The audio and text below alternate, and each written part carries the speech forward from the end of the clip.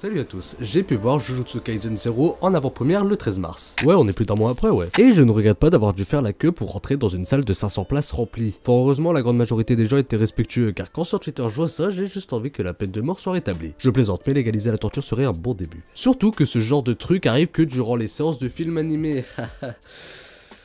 Je vais éviter de cracher sur la commu animée, je vais mettre beaucoup trop de monde à dos après. Bref, Jujutsu Kaisen 0, adaptant le manga éponyme, est un préquel de la saison 1. Le film nous conte l'histoire d'un certain Yuta Okkotsu qui possède en lui un fléau, donc un esprit extrêmement puissant au point d'en devenir à certains moments incontrôlable. Notre bien-aimé protagoniste va donc être inscrit au lycée de Jujutsu de Tokyo afin de contrôler et utiliser à bien son pouvoir. Mais si ce n'était que ça, il n'y aurait pas de film, donc un certain Suguru Geto... Faut savoir qu'au ciné, il donnait des tickets de personnages à ceux qui allaient voir le film, et une carte postale avec un mot de Crunchyroll qui disait « Merci d'être venu voir Jujutsu Kaisen 0 au cinéma.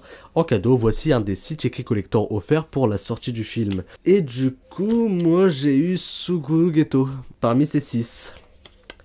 Donc j'ai eu le pire de tous. Et sa clique vont décider de foutre la merde pour notre plus grand plaisir. Donc voilà plus ou moins ce qu'il en est pour le scénario. Pour commencer, comme je l'ai dit, c'est un préquel, donc il n'y a pas Yuji, Megumi et Nobara. Dans le film, les protagonistes seront surtout ceux faisant partie de la classe de première, donc eux, et notre BG bien-aimé Gojo. Et sans surprise, les personnages sont attachants, et c'est dû entre autres à leur histoire et leur personnalité. On en apprend plus sur certains personnages dans ce film que dans l'animé. Et là, je pense surtout à Maki, personnage qui a vu ma sympathie évoluer au fil du film. En réalité, ma sympathie envers les protagonistes augmente à chaque fois qu'ils sont à l'écran. Et donc ce sera eux qu'on verra combattre les fléaux. Superbe transition pour parler de l'une des choses les plus importantes dans un film Jujutsu Kaisen, je parle des scènes d'action. Est-ce vraiment utile de vous dire qu'ils sont réussis, mouvementés, bien animés et stylés? Car ils le sont, Mappa n'a plus rien à prouver dans ce domaine. Même si rien à voir, mais Ufotable supérieur à Mappa. Je passe ça, je suis trop peu connu pour que ça fasse débat, de toute façon je vous impose donc mon avis. Mais même si les scènes d'action sont stylées, je vous avoue que je suis quand même un peu sorti déçu sur ce point. En même temps, quand dans l'animé on te montre ça, je m'attendais à ce que ce soit encore mieux dans le film, mais au final pas tant que ça je trouve. De plus, je trouve parfois les scènes d'action trop courtes, ce qui fait que les scènes te laissent sur ta faim avec une certaine frustration, mais je chipote. Toute l'action est cool et mélangée avec l'univers de Jujutsu Kaisen rend le tout diversifié.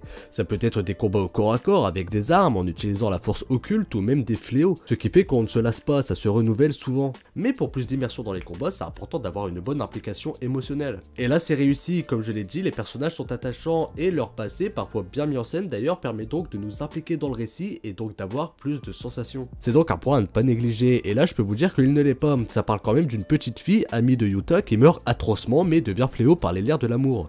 Et ceci t'est montré dès le début, donc t'es tout de suite immergé dans l'œuvre. Et en parlant des personnages, ce qui est bien, c'est que ce n'est pas manichéen. Les antagonistes ne sont pas méchants pour être méchants, ils ont tous une raison d'agir ainsi. Ceci rajoute donc un peu plus de profondeur au tout. Et sinon, en tant qu'animation, je peux dire que le film est sans surprise graphiquement beau. C'est bien animé et on a de belles images. Ce n'est pas le but premier du film, donc ce ne sera pas aussi beau qu'un Your Name entre autres, mais ça reste évidemment très propre. Tout comme les chara-design qui paraissent tous cohérents, ils ont le physique de leur personnalité. Après, ça ce n'est pas une qualité inhérente au film, mais logiquement à l'animé aussi. Mais là, faut surtout féliciter le dessinateur du manga. Bon, pour finir, je peux que vous conseiller d'aller voir le film si vous avez apprécié l'animé. Vous allez passer un bon moment devant. Personnellement, étant assez fan de la série, je suis allé voir le film avec beaucoup d'enthousiasme, mais je vous avoue être sorti un peu sur ma faim. Ne croyez pas ceux qui disent sur Twitter que le film est un 10 sur 10, c'est faux. Ces gens-là n'ont juste aucun esprit critique et ont vu bien trop peu de films dans leur vie. Je redeviens condescendant. Si vous pouvez le voir au cinéma, allez-y. Sachant qu'au moment où j'écris, j'ai beau chercher sur internet, je n'ai vu aucun moyen de le regarder en streaming. C'est d'ailleurs pour ça que je n'ai pas pu trop illustrer mes propos. Je poste la vidéo un peu trop tard pour dire ça, mais si possible aller en salle. C'est dans tous les cas bien mieux. Bref, c'est la fin de cette courte vidéo, mais vu que je n'ai rien branlé pendant plus d'un mois, j'ai décidé de revenir avec une simple. Je vais essayer de plus taffer pour ma chaîne, je dis ça à chaque fois, mais ça n'arrive jamais. Enfin bon,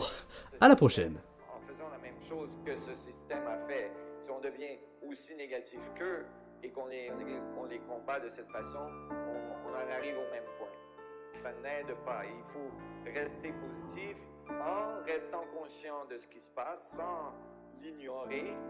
Il faut avoir cette joie de vivre, cette ouverture, cette positivité, parce que la négativité, elle, se détruit par elle-même.